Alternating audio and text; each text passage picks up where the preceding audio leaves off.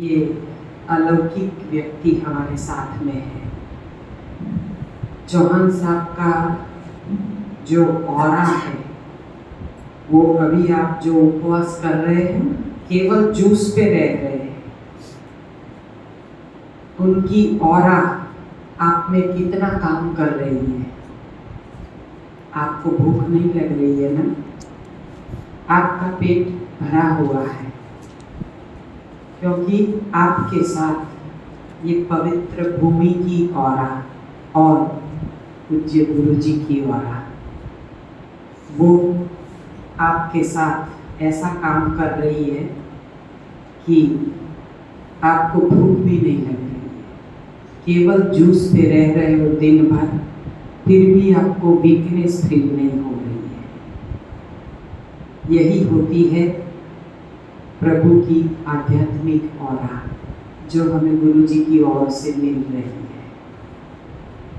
उनका ज्ञान, उनकी वाणी का प्रभाव एक एक शब्द में इतनी गूढ़ और गहन, यानी कि जो नदी का पानी कितना गहरा होता है उतनी गहराई उनके शब्दों में है।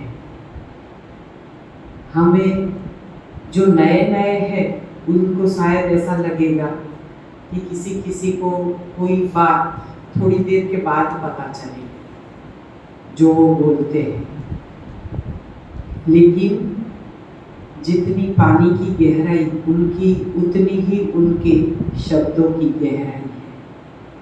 उनका करीबन 30 साल का अनुभव है। ये 30वां साल चल रहा है साहब जी का ये न्यू डाइट सिस्टम में। ये उनकी ही खोज है। उनको ये प्रेरणा श्री रामचरितमानस से मिली, भगवत गीता, शिव पुराण, काफ़ी ग्रंथ जो पहले उन्होंने पढ़े होंगे, लेकिन आज जो हमें वो बता रहे हैं वो एक एक शब्द में हमें इतना सच हम खुद फील करते हैं। किसी को गुस्सा भी आता है ना तो साहब बोलते हैं, हम जब पूछते हैं कि साहब किसी को गुस्सा आता है तो क्या करना चाहिए, साहब जी एक ही बात बोलते हैं, उपवास करो। हर बात का इलाज वो उपवास बताते हैं। इसका कारण क्या है? इसका कारण एक ही है कि हमें कुछ भी हुआ है तो कैसे, एक है स्ट्रेस का लेवल, यानी आजकल लोगों को जीवन में स्ट्रेस बहुत है। चिंता चिता समान है और हम जानते हैं कि चिंता से सभी रोग होते हैं। तो हमें सर्वप्रथम चिंता को अपने जीवन से हटा देना है और जीवन को प्रेममय बनाना है। जितना प्रेम दोगे उतना प्रेम पाओगे। अपना स्वभाव प्रेम बना लो, हो सके उतना प्यार बांटो, देखना आपका आधा रोग चला जाएगा। क्योंकि हम जो स्ट्रेस लेते हैं उसी से हमारा रोग बढ़ता है, सबको पता है। दूसरा कारण है हमारी लाइफस्टाइल। एक स्ट्रेस, दूसरा है हमारी लाइफस्टाइल, हमारा खान पान। हमारा खान पान हमने ऐसा बना लिया है कि हम देखते हैं कि खाने से ही हमें ज़्यादातर रोग होते हैं। भूखे रहने से कोई इंसान मर नहीं जाता है, 1 महीने तक इंसान भूखा रह सकता है। लेकिन ओवर ईटिंग, ज़्यादा खाने से इंसान मर सकता है, क्योंकि ओवर ईटिंग से सारे रोग होते हैं। तो ओवर ईटिंग हमारा रोग का कारण है। ओवर ईटिंग कैसे करते हैं हम? अभी आपको लगता होगा कि केवल 2 गिलास या 3 गिलास जूस से मेरा पेट तो भर जाता है, फिर भी आप लोग घर पे दाल चावल सब्जी रोटी ये सब खाना खाते हैं। हम सोचते हैं कि ये खाने से ही हमारा पेट भरता है, लेकिन ध्यान रखना, जो भी रोगी है, अगर आपको कोई भी रोग है, वो आप ये मत समझना कि पक्व भोजन से आपका रोग जाएगा। आप दुनिया की कोई भी पथी अपना लो, कोई भी पथी, कितनी भी दवाइयाँ खा लो, लेकिन आपने देखा है कि आपका रोग जाता नहीं है। कितनी भी दवाई कर लो, दवाई चाहे कम होगी या ज़्यादा होगी, दिन ब दिन आपके रोग जैसे बढ़ते हैं, वैसे शायद दवाई की साइज छोटी होती जाए, लेकिन पावर बढ़ते जाए। किसी किसी रोग में, जैसे शुगर है, ब्लड प्रेशर है, थायराइड है, हम देखते हैं कि ऐसी बीमारियों में हमें डॉक्टर कहते हैं कि आपको लाइफ टाइम दवाई लेनी पड़ेगी। अगर दवाई में स्वास्थ्य होता, उसमें ताकत होती, तो कितने टाइम लेनी पड़ती? 2 महीना, 4 महीना, 6 महीना, 8 महीना, 12 महीना, साल, 2 साल। लेकिन दवाई बंद तो होनी चाहिए ना, क्योंकि दवाई तो आप रोग मिटाने के लिए लेते हो, लेकिन आपकी दवाई बंद नहीं होती है, क्योंकि हम देखते हैं कि दवाइयों में स्वास्थ्य नहीं है, वो केवल हमारे रोगों को दबाती है। हमारा रोग दबता है, लेकिन अंदर वो रोग फैलता जाता है, पनपता है। हम उसे अपने खुराक से पालते हैं, पोसते हैं और अपने रोग को हम बढ़ाते हैं। चलो, ये डॉक्टर तो बहुत अच्छे हैं, ये तो हमें खाने पीने की छूट देते हैं, आपको जो खाना है खाओ, एक गोली ले लो, बस। वो डॉक्टर हमें बहुत अच्छे लगते हैं, क्योंकि खान पान में हमें कुछ मना नहीं करते हैं, इसलिए हम समझते हैं कि ये डॉक्टर बहुत अच्छा है। एक हैवी एंटीबायोटिक दे दी और आप बिल्कुल ठीक हो गए। आप सोचते हो कि डॉक्टर बहुत अच्छे हैं, एक ही गोली से हमें ठीक हो गया। आपको नहीं पता इसमें स्टीरॉइड है।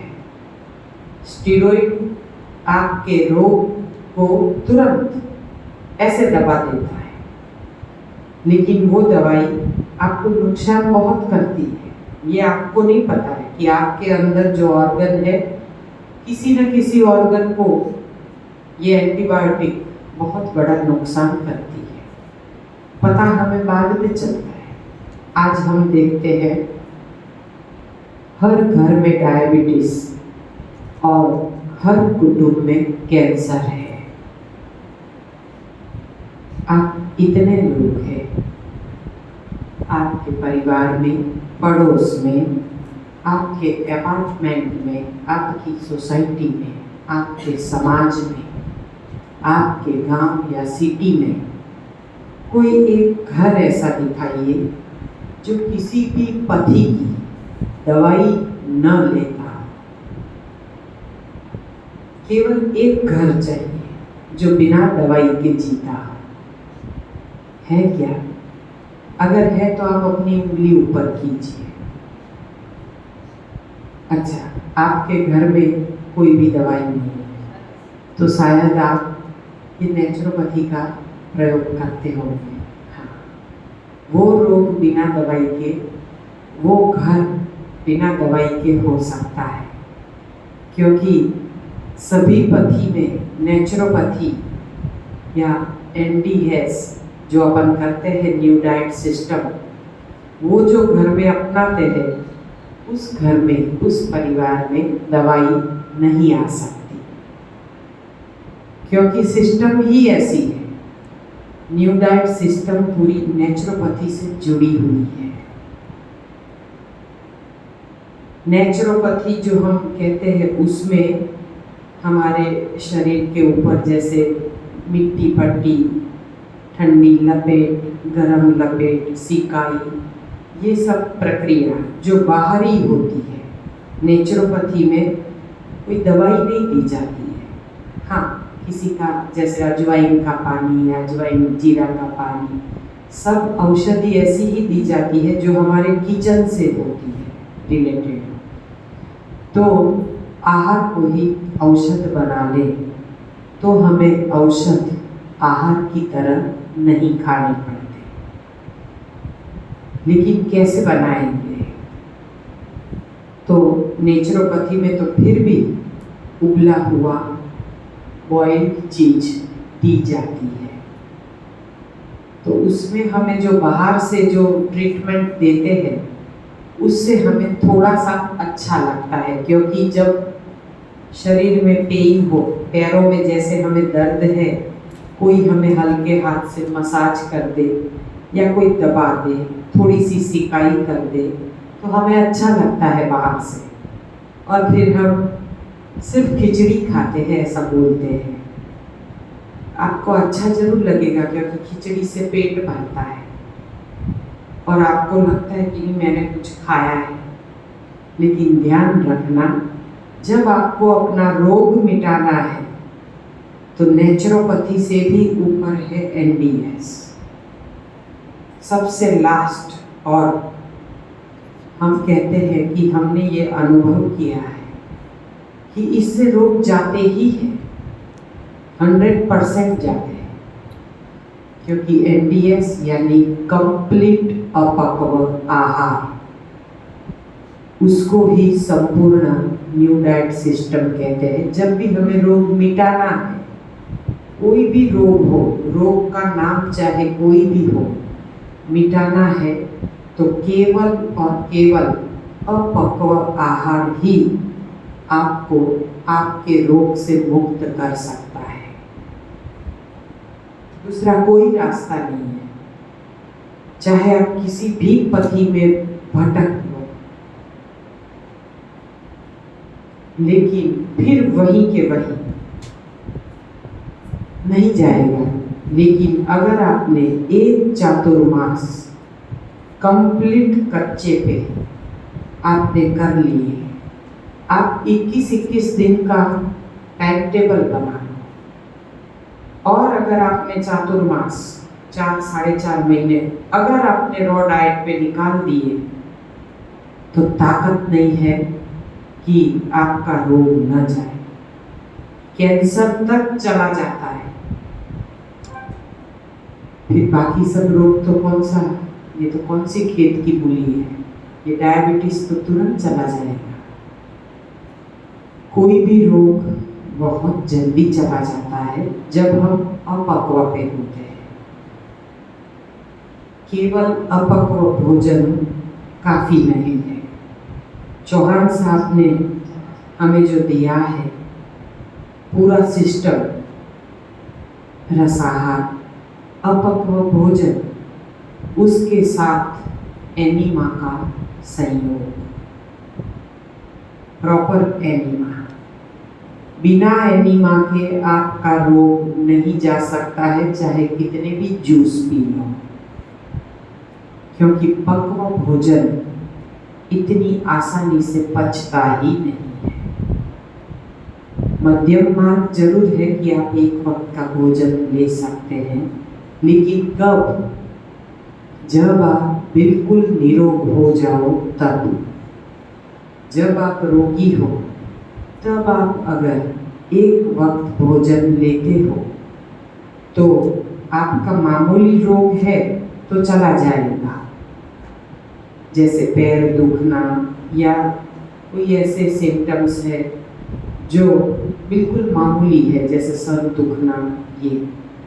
लेकिन कोई रोग ऐसे होते हैं जो जाते ही नहीं है, क्योंकि वो हमारे खून में आ चुके हैं।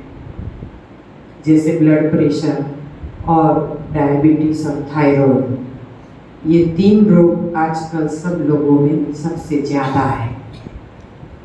तो ये रोग जो शुगर है वो एक वक्त भोजन से अगर चली जाती है तो ठीक है, लेकिन नहीं जाती है तो आप अपक्व पे आ जाएंगे।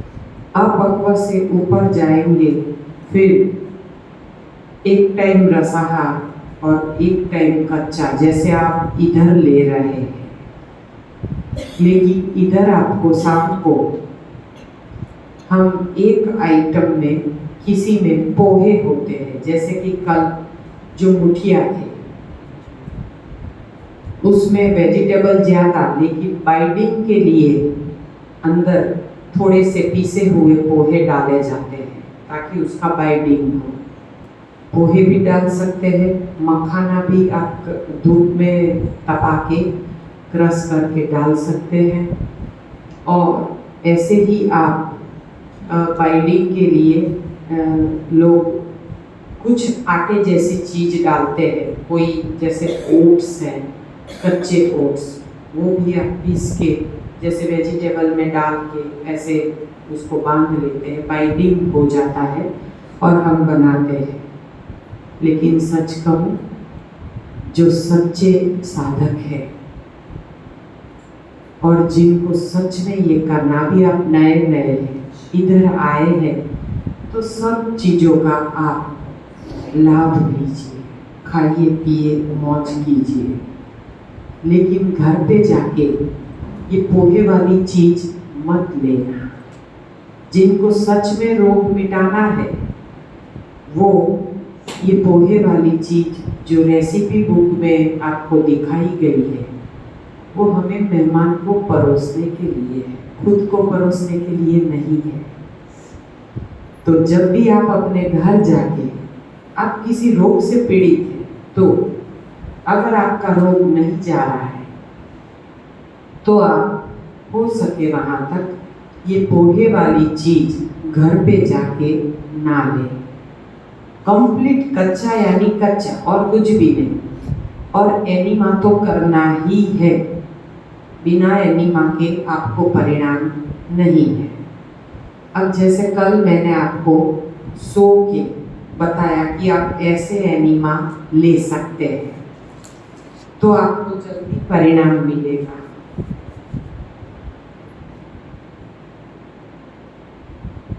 फिर एनिमा के जो हम सो के लेते हैं उसके बाद की एक प्रक्रिया है, वो है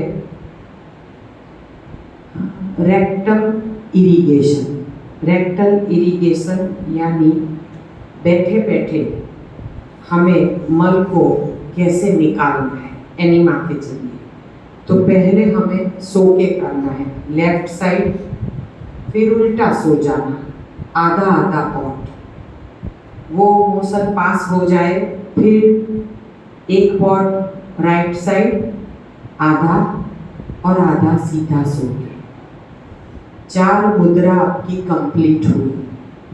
फिर तीसरी बार आप आहिस्ता आहिस्ता ट्राई कीजिए, तीसरी बार पॉट करिए। ये सारा पानी आपके पेट में नहीं जाता है, थोड़ा तो वेस्ट होता ही है। तो तीसरी बार जब आप पॉट भरते हैं तब आप जैसे नमस्कार मुद्रा आपने की और आपको लगता है कि बीच में आपको प्रेशर बन रहा है, तो आप टॉयलेट सीट के ऊपर बैठिए, मोशन को पास हो जाने दीजिए, लेकिन अगर पॉट में पानी बचा है थोड़ा और पानी ऐड कीजिए। मैं ये नहीं कहती कि आपको हर बार पॉट भरना है, लेकिन पॉट खाली भी नहीं होना चाहिए। अगर अंदर पानी है तो भरने की ज़रूरत नहीं है। अब वो एनिमा कैसे करना है कि जैसे आप लास्ट वाला मैं बोल रही हूँ, हाँ, पहले सो के फिर बाद में आप जैसे ऐसे आप कमोड पे बैठे हो, मल द्वार में आपको पाइप डालना है और नल चालू करना, वो पोजीशन में आपको बैठे बैठे ही लेना है। लेकिन अब आपको पाइप पीछे से पकड़ के रखनी है। अगर मोशन आता भी है, प्रेशर आता भी है, तो आपको पाइप नहीं निकालनी है, समझे आप, पाइप आपको पकड़ के रखनी है, यानी कि पानी अंदर जा रहा है और मल को रिलीज होने देना है।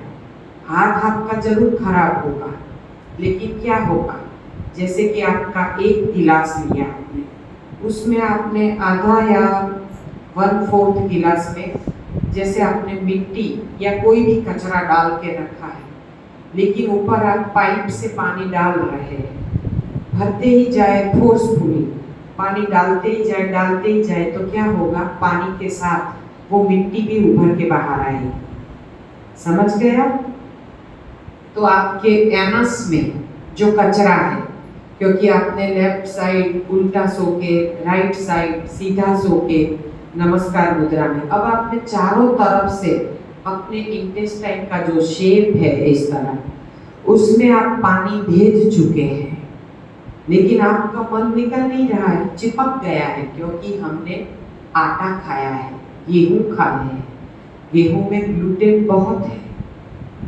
गेहूं का आटा जब हम बनाते हैं तो पता है लास्ट में सूखा आटा या फिर जरा सा तेल डालना पड़ता है जब हम आटा बनाते हैं, क्योंकि वो बर्तन में चिपक जाता है।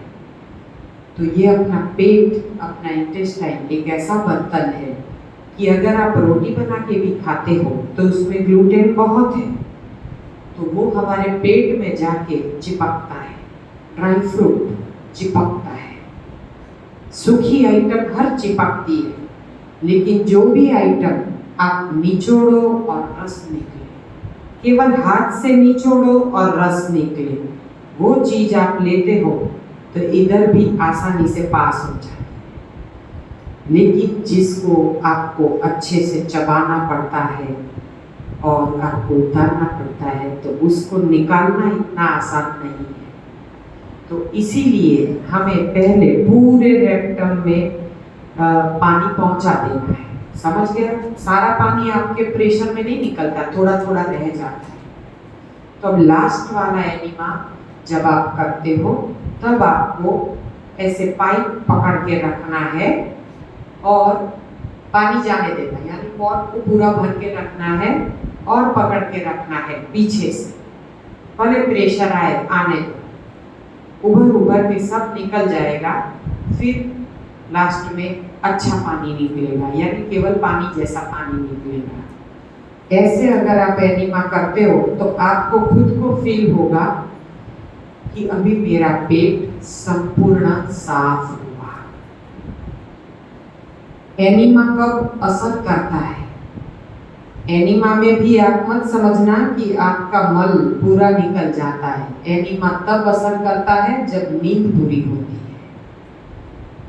ये कल सबको द्विधा हुई लाइट की वजह से, किसी की नींद पूरी नहीं हुई, तो हमें लगा कि हमारा पेट ठीक से साफ नहीं हो रहा है।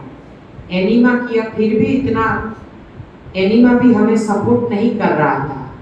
लेकिन जब आप केवल 1 या 2 घंटे की गाढ़ निद्रा लेते हो, तब आपका एनिमा तुरंत वर्क करेगा, क्योंकि अंदर से मल फेंकने का काम शरीर तब बहुत अच्छे से करेगा, क्योंकि हम एकदम एक्टिव हो जाते हैं। सच में इंसान को खाना ना मिले ना तो चलता है, लेकिन नींद मिलनी चाहिए। गाढ़ निद्रा शरीर का पहला सुख है। आज हम देखते हैं कि दुनिया में 87% लोग स्लीपिंग पिल्स, नींद की गोली खा के सोते हैं। डिप्रेशन, नींद नहीं आती, इधर उधर भटकते हैं भूत की तरह, लेकिन नींद नहीं आती। घर में एसी है फिर भी नींद नहीं आती, क्योंकि विचार इतने चलते रहते हैं। विचार कहाँ से आते हैं? आप सोचते हो कि यहाँ से आते हैं, गलत। विचार पेट से आते हैं। अगर हमारे पेट में पुराना मल जमा है तो विचार कभी अच्छे नहीं आ सकते। अगर आप एनिमा आपका सक्सेस हुआ, आपकी नींद पूरी हुई, आपने अच्छी तरह से सभी मुद्रा में आपने एनिमा किया और आपको लगा कि नहीं, सच में मुझे बहुत आराम मिला, बहुत ठंडक हुई, तब समझना कि आपकी सोच बिल्कुल बदल जाएगी। आप एक बार अनुभव करके देखना, क्योंकि अभी आप संपूर्ण कच्चे पे हो। आज दूसरा दिन, कल तीसरा दिन, 72 आवर्स के बाद 72 आवर्स के बाद ये सिस्टम इतना वर्क करना शुरू करेगा कि शायद आज आपको ऐसा लग रहा होगा कि मुझे नींद पूरी नहीं हुई, मेरा शरीर काम नहीं कर रहा, ऐसा लग रहा है। लेकिन 3 दिन होने के बाद, क्योंकि ये अपक्व आहार का आध्यात्म आपको 72 आवर्स के बाद पता चलेगा, आपको ना बिना एसी के नींद आ जाएगी कुदरती पवन में। क्यों? क्योंकि आप कंप्लीट रसाहार और कच्चे पे है, पकवा नहीं जा रहा है।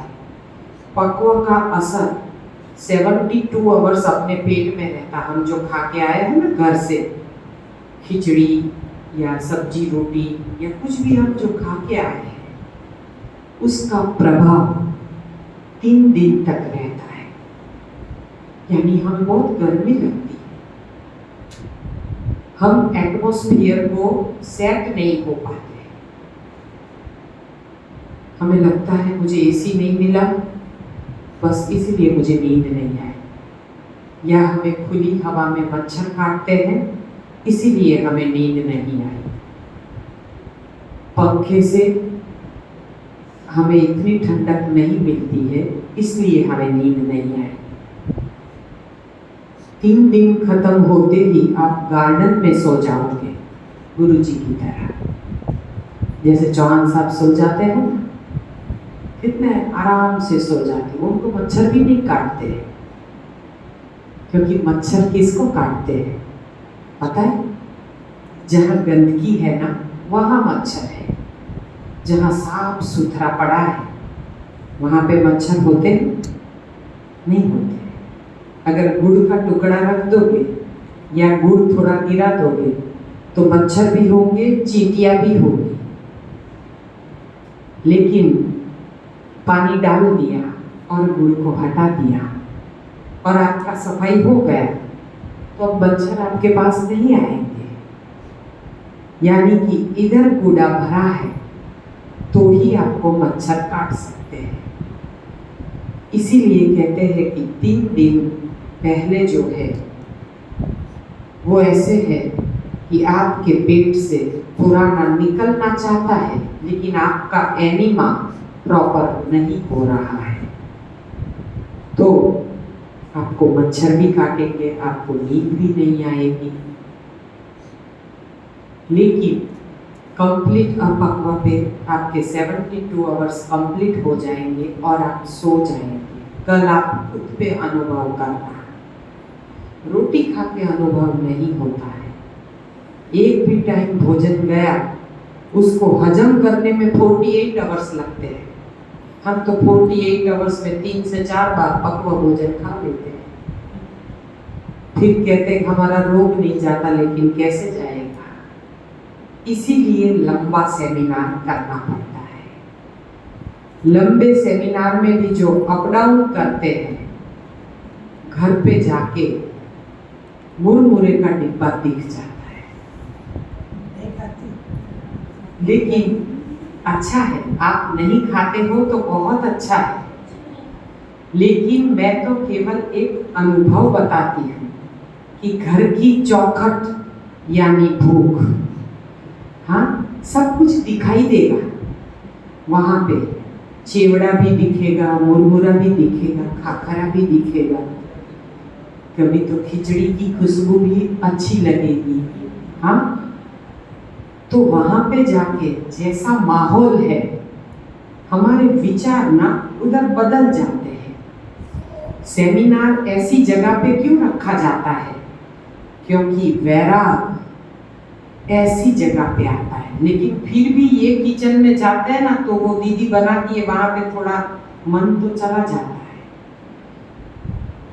खुशबू आ जाती है, रोटी दिख जाती है, कुकर दिख जाता है, तो मन में एक लालच आ जाती है कि थोड़ा सा चख ले तो हम।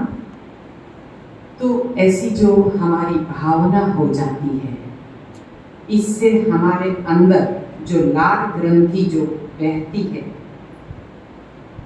उससे भी हमारा उपवास टूट जाता है। केवल सोचने से भी टूट जाता है। तो सोचिए, अगर आप खा लेते तो फिर आपको कैसे परिणाम मिलता? नहीं मिलता।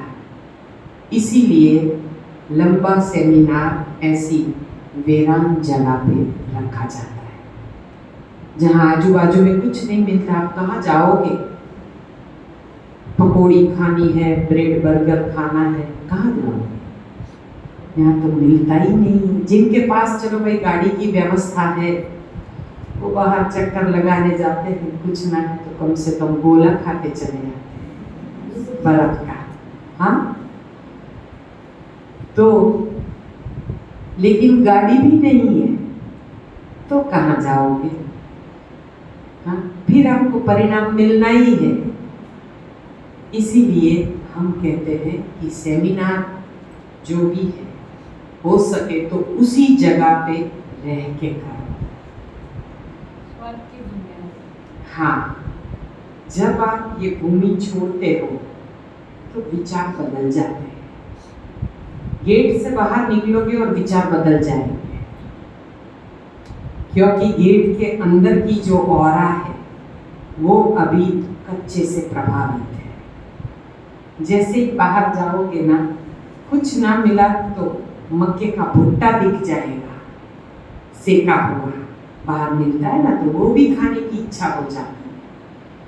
तो इसीलिए चलो वो चीज गलत नहीं है, लेकिन सेका हुआ है। अभी आप तपश्चर्या में हो, और तपश्चर्या में भंग कभी मत करना।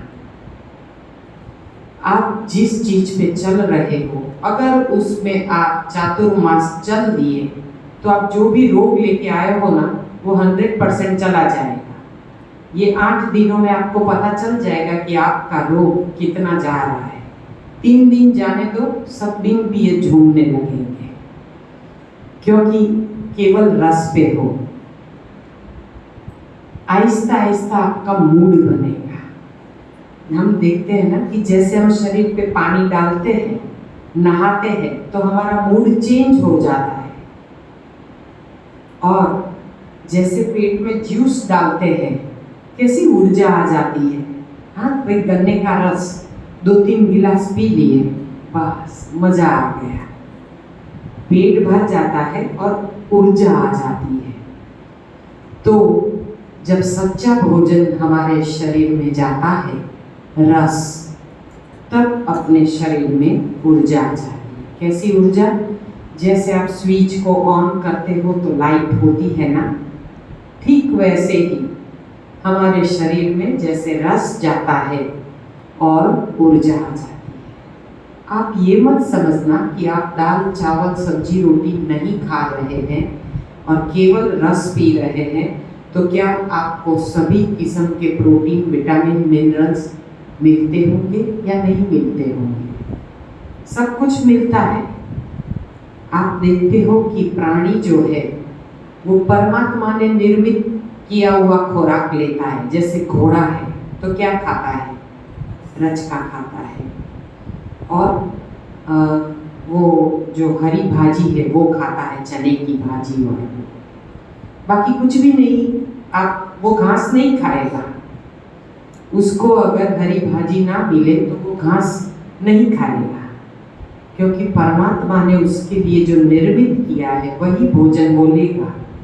कितना शक्तिशाली है घोड़ा, आपको पता है ना। घोड़े पे बैठ के आप सवारी को करते हैं, वो नदी पार कर जाता है। इतनी ताकत कहाँ से? क्योंकि वो एकाहार करता है। उसे एनिमा लेना पड़ता है? नहीं लेना पड़ता, क्योंकि वो परमात्मा ने निर्मित किया हुआ खुराक खाता है। और हम परमात्मा ने हमारे लिए क्या निर्मित किया? तो केवल वनस्पति और फल, ये दो चीज हमारे लिए है। हम जब ये चीज लेते हैं तो वो हमारा संपूर्ण आहार है, उससे हमें सब कुछ मिल जाता है।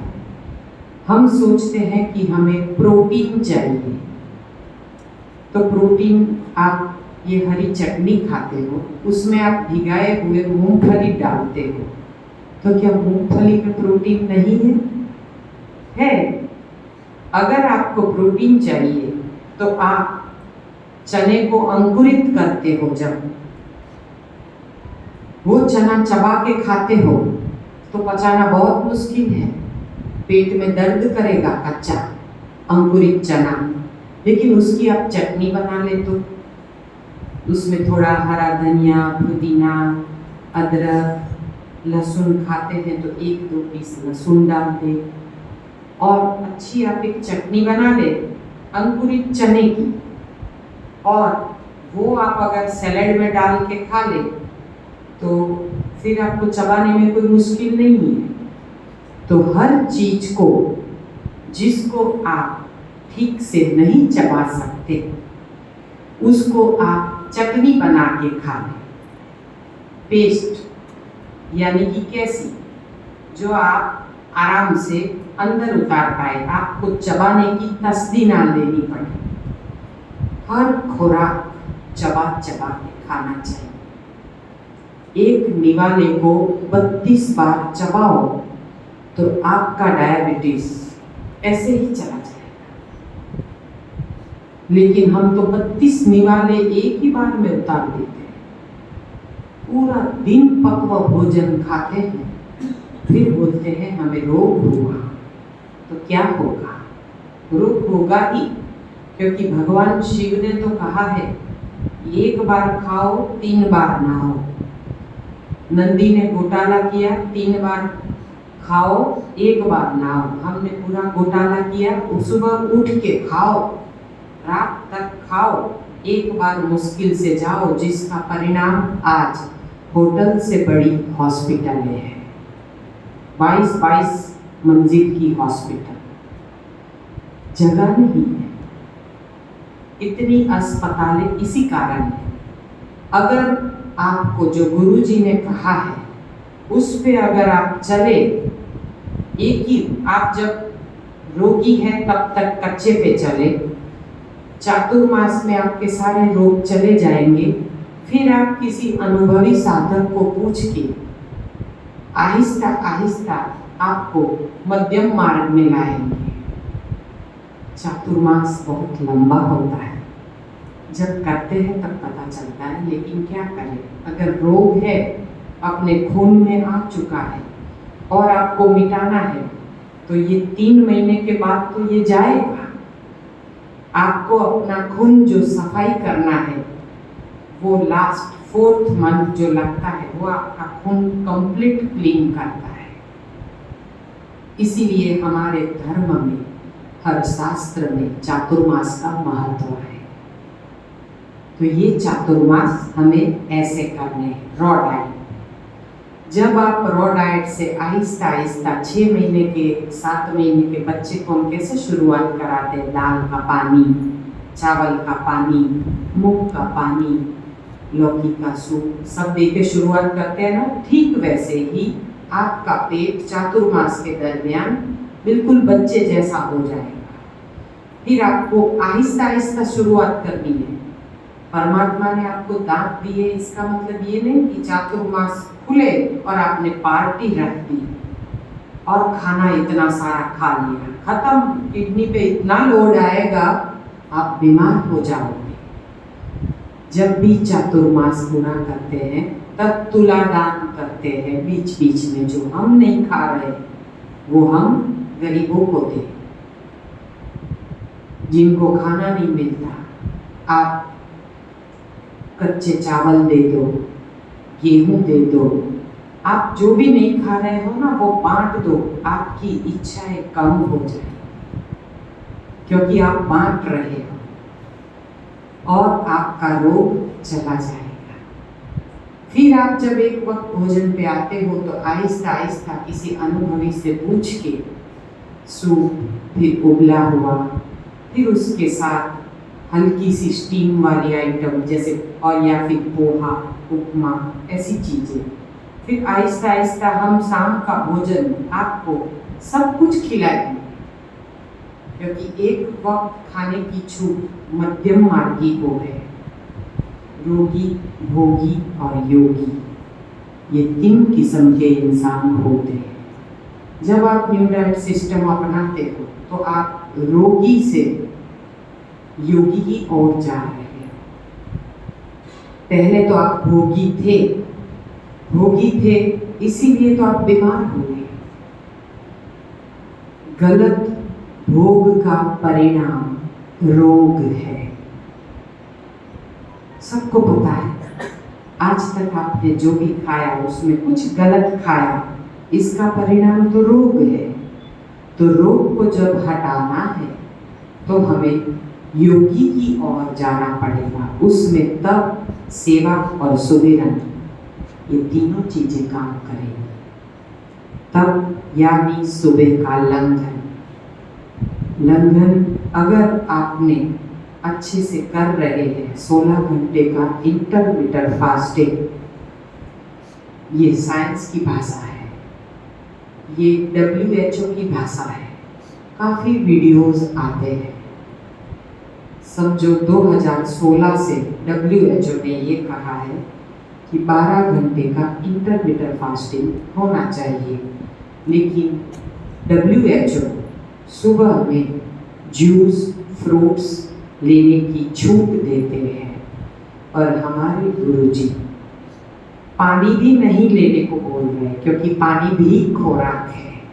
तो इससे तो आपका रोग जाएगा ही। ये आपको साइंटिफिक वे में कब पता चलेगा? जब डॉक्टर भावेश भाई दवे, रेडियोलॉजिस्ट का इधर लेक्चर है, वो तो रेडियोलॉजिस्ट डॉक्टर है, उनका प्रवचन इतना प्रभावित होता है, इतना प्रभावित कि लोग कहते हैं कि उनका लेक्चर जब हो हम स्पेशल आएंगे। अब उनकी डिमांड इतनी बढ़ती जा रही, क्योंकि हर इंसान क्या चाहता है?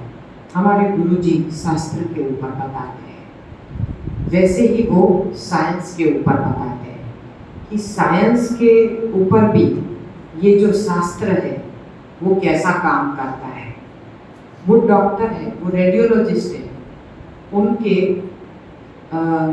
उनका डायबिटीज चला गया है ये सिस्टम से, तो वो भी काफ़ी अपने शरीर को उन्होंने समझो एक ऐसा लेबोरेटरी बना लिया है कि हर एक बात का उन्होंने अपने पे प्रयोग किया है और 100% सच बताते हैं।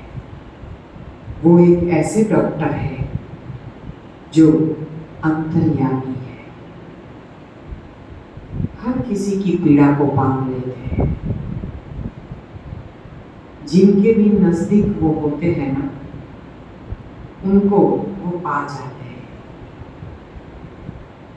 लोग कहते हैं कि डॉक्टर ऐसे है वैसे है, लेकिन सच में वो डॉक्टर नहीं, फरिश्ता है। आप उनको जब सुनोगे तब आपको पता चलेगा कि कितनी गहराई से उन्होंने NDS को पचाया है।